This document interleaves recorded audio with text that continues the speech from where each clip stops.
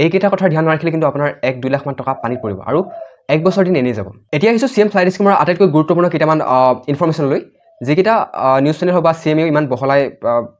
আপোনাক আলোচনা কৰা নাই কিন্তু সেই কথাকেইটা নাজানিলে আপুনি পৰৱৰ্তী সময়ত লোকচান বা বিপদৰ সন্মুখীন হ'ব পাৰে আৰু আপুনি মানসিকভাৱে অলপ ভাগি পৰিব পাৰে তাৰে প্ৰথমটো হ'ল এই আঁচনিত এপ্লাই কৰিলে আপুনি জাপান যোৱাটো কনফাৰ্ম নেকি ইয়াৰ আনসাৰটো হ'ল নো কাৰণ এই স্কিমখনত আপুনি দুটা ষ্টেজত জাপান যোৱাৰ পৰা বঞ্চিত হ'ব পাৰে প্ৰথমটো হ'ল আপুনি যদি JLPT পৰীক্ষাটোত ফেইল কৰে এটা প্ৰশ্ন হ'ল এই JLPT কি বস্তু ইয়াৰ ফুল ফৰ্মটো হ'ল জাপানিজ ল্যাঙ্গুৱেজ প্ৰফিচিয়েন্সি টেষ্ট এই আঁচনিৰ জৰিয়তে যদি আপুনি জাপানলৈ যাব বিচাৰে তেনেহ'লে SSW ভিসা প্ৰভাইড কৰা হয় আৰু এই ভিসা পাবলৈ হ'লে আপুনি এই এক্সামটো পাছ কৰিবই লাগিব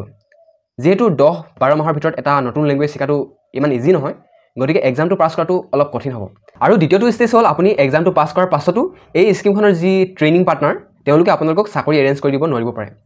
আৰু তেতিয়া আপোনাৰ সেই 30,000 টকাটো প্লাছ সেই 10-12 মাহ এনেই যাব কিন্তু আপুনি চাকৰি নাপালেও 30,000 টকাত জাপানী শিকিব পাৰিব সেইটো এটা আপোনাৰ লাভ হ'ব আৰু এটা গুৰুত্বপূৰ্ণ কথা আপুনি জনা উচিত যে আপুনি প্ৰথমে দিয়া 30,000 টকাটোৰ বাহিৰেও আৰু পইচা খৰচ হ'ব পাৰে এই যে আপুনি 30,000 টকাটো দিলে সেইটো কেৱল কোৰ্সটোৰ মানে ট্ৰেইনিং প্ৰগ্ৰামটোৰ ফিজে হয় ইয়াৰ উপৰিও আপোনাৰ ট্ৰেইনিং সময়ত থকা খোৱা অহা যোৱা কৰা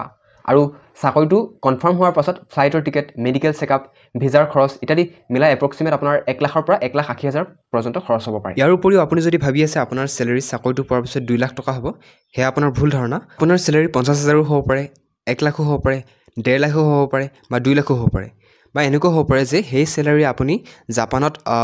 জীৱন নিৰ্বাহ কৰিবলৈ দিগদাৰো হ'ব পাৰে